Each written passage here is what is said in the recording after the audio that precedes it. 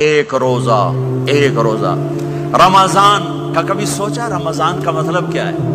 رمضان کو رمضان کیوں کہتے ہیں؟ اللہ نے 11 مہینوں کے نام عربوں سے رکھوائے اور روزے کے مہینے کا نام خود رکھا قرآن میں، شہر رمضان الذی انزل فیہ القرآن۔ محرم، صفر، ربیع الاول، ربیع الثانی، جمادی الاولی، جمادی الثانی، رجب، شعبان، شوال، قاعدہ، ذوالحج، یہ عربوں نے نام رکھا اور رمضان پہلے سے رکھا جا چکا تھا، عربوں سے رکھوایا۔ رمضان کے لفظ اور روزے میں کیا جوڑ ہے؟ رمضان کہتے ہیں جل جانا، جل جانا، جل جانا۔ تو اس کو روزے کے ساتھ کیا مناسبت ہے کہ جب کوئی مرد عورت روزہ رکھتا ہے یا رکھتی ہے تو پچھلے 330 دن کے گناہ، آج روزہ رکھا، پٹی تیار ہو گئی، گناہ ڈال کے جلاؤ، دوسرے دن اور گناہ جلاؤ، تیسرے دن اور گناہ، چوتھے دن اور، 30ویں دن سارے گناہوں کو اللہ تعالیٰ جلا کے، راکھ کر کے، ایمان والے مرد عورت کو پاک کر کے، صاف کر کے، آخری رات کہتا ہے جاؤ بخشے بخشائے چلے جاؤ، جاؤ بخشے بخشائے چلے جاؤ۔ تو میرا نبی تو 2 کھجور پہ روزہ رکھتے تھے۔ اور ایک بڑا خوبصورت واقعہ ہے رمضان کا، کہیں سے بکرے کی سری پکی ہوئی آ گئی تو اب بڑے شوق سے کھا رہے تھے، اور ساتھ ارباز بن ساریہ بھی تھے، حضرت علی بھی تھے اور حضرت مقداد بھی تھے، 3-4 آدمی سری کھا رہے تھے۔ بلال رضی اللہ عنہ آئے کہ یا رسول اللہ سحری کا ٹائم ختم ہو گیا ہے، میں اذان دینے جا رہا ہوں، آپ کھانا پینا بند فرما دیں۔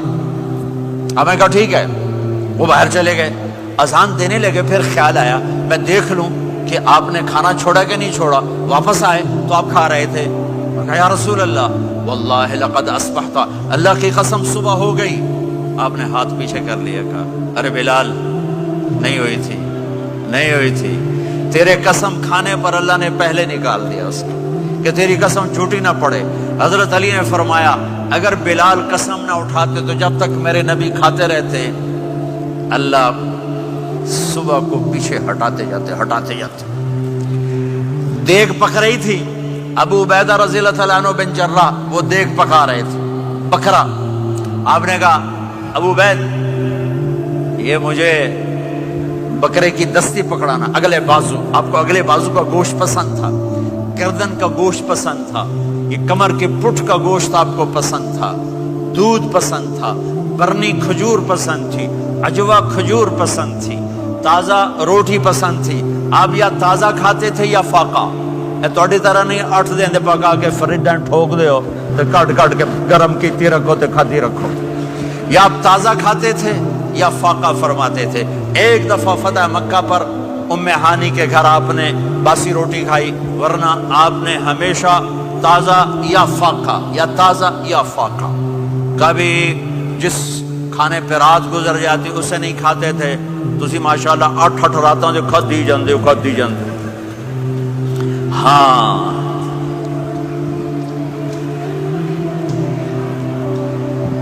تو کہنے لگے عبید یہ دستی پکڑانا، تو انہوں نے ایسے بکرے کا بازو نکال کے پورا آپ نے یوں پکڑا، نوچ کے پھینکا، کہ دستی پکڑانا، انہوں نے یوں نکالا ڈوئی سر، آپ نے پکڑا، کھایا، کہا مجھے بکرے کا بازو دستی پکڑانا، کہا یا رسول اللہ بکرے کی 2 ہی ہوتی ہیں۔ آپ نے کہا تیرا بھلا ہو جائے، اگر تو میرے کہنے پہ ڈوئی ڈال دیتا، جب تک میں کہتے رہتا اللہ مجھے نکال کے کھلاتا رہتا، اللہ مجھے نکال کے کھلاتا رہتا۔ اللہ نے رمضان بھیجا ہوا ہے، رمضان آ رہا ہے، اللہ کی رحمتوں کا جنت کے دروازے کھل گئے، جہنم کے دروازے بند ہو گئے، ایک دوسرے کو معاف کر دو، روزے کی حفاظت کرو۔ آپ بہت سے بہن بھائی آئے بیٹھے ہو، لڑے ہوئے ہوگے، ناراض ہوگے، میاں بیوی لڑے ہوئے ہوں گے، بھائی بہنیں لڑی ہوں گی۔ رمضان آ رہا ہے، تیاری کرو، جیسے حج پر جانے سے پہلے معافی مانگتے ہو، رمضان سے پہلے بھی ایک دوسرے سے معافی مانگو، ایک دوسرے کو معاف کرو، ایک دوسرے کو درگزر کرو، خود جا کے معافی مانگ لو، اللہ آپ کا مقام اونچا کر دے گا، مرتبہ اونچا کر دے گا۔ آخری رات اللہ تعالیٰ فرماتے ہیں جاؤ تمہارے رات کی قیام اور دن کے روزے کے بدلے تمہیں سب کو معاف کر دیا، مانگو۔ اور ایک رات اللہ نے شب قدر بنائی، جو 1000 راتوں کے برابر کر دی. وہ آج آپ کی تو راتیں بڑی چھوٹی ہیں, 5 راتیں جاگ لو 3 گھنٹے دی بھی نہیں رات ہوندی, تو 5 راتیں جاگ لو 21 23 25 27 29, ان میں سے ایک رات ضرور شب قدر ہوگی. ایک رات کا جاگنا 80 سال کی عبادت سے بڑھیا ہو جائے گا. صرف ایک رات کا جاگنا, ایک رات کا جاگنا. ایک شرط ہے, دل میں بغض نہ ہو, نفرت نہ ہو, حقارت نہ ہو, کسی مسلمان کو حقیر نہ جانو, بلکہ کسی انسان کو حقیر نہ جانو, تو آپ کی بندگی اللہ کی بارگاہ میں پہنچ کر آپ کے مقام کو اونچا کر دیں گی. تو عبادات میں ایک نماز ہے, پھر ایک روزہ ہے, پھر زکوٰۃ اور حج مالدار لوگوں کا فریضہ ہے, غریبوں کا نہیں ہے, متوسط طبقے کا نہیں ہے. تو عبادات کا جو نصاب ہے بڑا مختصر ہے. 5 نمازوں پہ کتنا وقت لگتا ہے؟ روزے سال کے بعد آتے ہیں, گنجائش ہے بیمار و بعد میں رکھ لو, مریض. سب سے پہلے یہ سمجھ لیں کہ حضور نے فرمایا نماز میری آنکھوں کی ٹھنڈک ہے. یعنی ہم چونکہ کچھ باتیں بہت زیادہ سنتے ہیں تو اس کا ذائقہ نہیں محسوس کرتے. کبھی حدیث کے لفظوں پر غور کریں. فرمایا نماز میری آنکھوں کی ٹھنڈک ہے. یعنی کہتے ہیں نا آنکھیں ٹھنڈی ہو گئیں, تو حضور فرماتے ہیں جب تو سجدہ کرتا ہے نا میرے امتی, جب تو نماز پڑھتا ہے, رکوع قیام سجود کرتا ہے, تو تیرے نبی کی آنکھیں ٹھنڈی ہوتی. یہ کتنا بڑا رضا والا کام ہے نبی پاک صلی اللہ علیہ وسلم کی نماز پڑھنا. اور حضور کا اپنا نماز کے ساتھ رشتہ یہ تھا کہ سورج گرہن ہوا تو حضور نے نماز کی نیت باندھ لی, چاند گرہن ہوا تو نماز پڑھنے لگے, تیز بارشیں طوفان کی صورت میں آئیں تو نماز پڑھی, بارش نہیں ہوتی تو نماز پڑھی. حتیٰ کہ جنگوں کے موقع پر بھی میرے نبی پاک نماز کی کثرت فرماتے تھے. ہر موقع پر نماز کی طرف توجہ. نماز حضور کی چاہت ہے, آنکھوں کی ٹھنڈک ہے. وہ کس طرح کا امتی ہے جو یہ نہ چاہے گا کہ میرے نبی کی آنکھیں ٹھنڈی ہوں. آپ نماز پڑھیں, نماز میں آپ مسلمان کوئی لاوارث ہے کہ ٹینشن لے.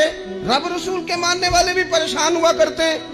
وہ ہم اس رب کے ماننے والے ہیں جو کہتا ہے کہ تم حد میں نہ پریشان ہونا کہ سویرے ملے گا تو شام کو نہیں ملے گا معاذ اللہ, اور شام کو تمہیں دیکھا جائے گا تو صبح نہ دیکھا جائے گا.